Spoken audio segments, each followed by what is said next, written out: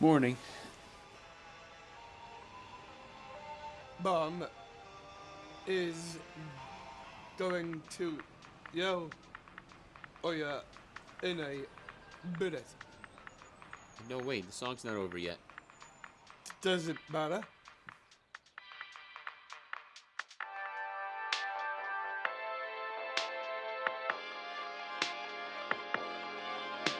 I'm dreaming of an old I really like the idea of neurodivergent people having crushes and love interests because that's underexplored in film, I think, because but that's a very real aspect of life. So I really like that this film tackled that in a good way.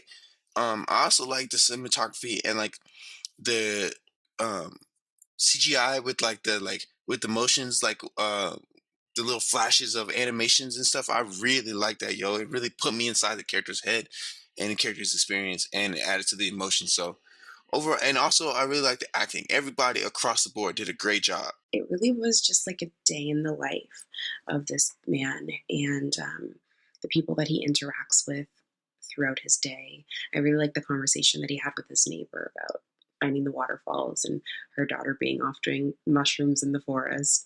Um, just, yeah, everyday authentic conversations. And then there's this love interest that happens that's really sweet. And we see him trying to build up the courage to approach him. Um, the dance scene at the end was so sweet and wholesome, and I love how supportive his friends were of him. Um, in terms of like his best friend supporting him in talking to this guy that he's interested in, but also when he goes to meet his group of friends and they're like, let's put up a lost friend poster, like similar to a lost pet poster. um, and they were also really empathetic to the friend as well, and being like, well, maybe he just needs to feel like you also like love him and appreciate him. And they gave really good advice, and I just thought everything was so sweet, and it was a really wonderful story that made you feel really good. So thank you for that. And I loved the credits rolling during the dance scene, and we kind of get to have a spotlight on each character. It was a really cute film about leaving your comfort zone and meeting new people and adjusting to a new place. I loved the main character, Hunter. Um, he is neurodivergent, and we see that in the way this film depicts how he sees the world. We see they add these little animations and things throughout, which is really cool and shows how he may see the world a little differently, especially with his imaginary friend, um, who helps him along the way go out of his comfort zone.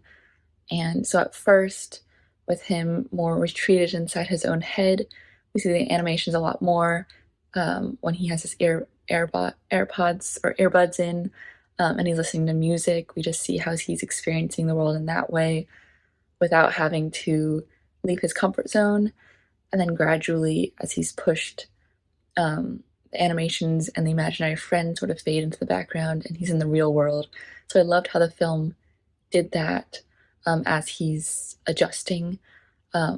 We see a difference in the film style in that way. So I really enjoyed how they did that, and the use of the imaginary friend, having him there and then gradually taking him away. Just showing at first how he sees the world differently, and then how he's relating to these other characters and Marley. I thought the cinematography and the colors used were really great, well done, cute animations put in there throughout. I thought that was very different and unique. Great music, really, really set the tone for this. I really liked it. There was a twist because I didn't really get it right away. I was like, oh, wait, the mom really isn't talking to this other person or addressing them at all. So I don't think they were ever there. So that was kind of neat. Revelation. It was fun to go along on that ride and be wondering, and it kept me guessing. So that's really good. I thought the script was well done, and I really liked this world because I don't get to see it very often. And I just loved these two guys trying to connect with each other. Oh my gosh, the guy who was painting made me laugh out loud. His character, he was so good. I really liked him a lot.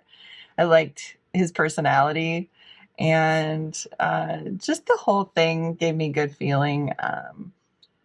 It was, to me, all about, being somewhat brave and connecting with somebody, and yeah, on a whole nother level. Just everything about it was really good. And when she was talking to him about orientation and he went to this place for orientation, I was like, oh, I didn't even realize this guy was autistic. I thought he was going to college, and I was a little thrown off for a little bit. Again, it kept me guessing, but I really liked the journey. It was a big payoff at the end when I realized what was going on, and I just really liked it a lot. Kudos to all the filmmakers and the actors, and the script and the directing and the editing and just everything about it was just really well done. That was cute. And to show that Hunter's imagination was visible rather than just a voiceover was a unique way of presenting it to show exactly what his world looks like. I love his mother trying to find him friends, a future. She's clearly worried about him because he sticks to himself in his music. So I love that she was willing to push him out of his comfort zone in order so that he could be happy and find friends. It's a unique look at a group of people that people really have stereotypes about, and they shouldn't. As we're seeing things like Marley, people like Marley, he can paint, and wonderful. I mean, they're paintings that could hang in museums. They're so great. Then others can do pottery and work with clay, things that a lot of people can't do. It's things like that that people don't realize, that those with Down syndrome or other special needs, that they are capable and can do things that even maybe we can't do. They just each have to find their own niche in life. And I think that's all Hunter's mom wanted for him, is to find his path in this life, because she knows she won't live forever. So she needs a way for him to find what he's meant to do in this life, so that when she's no longer around, he can still sustain himself.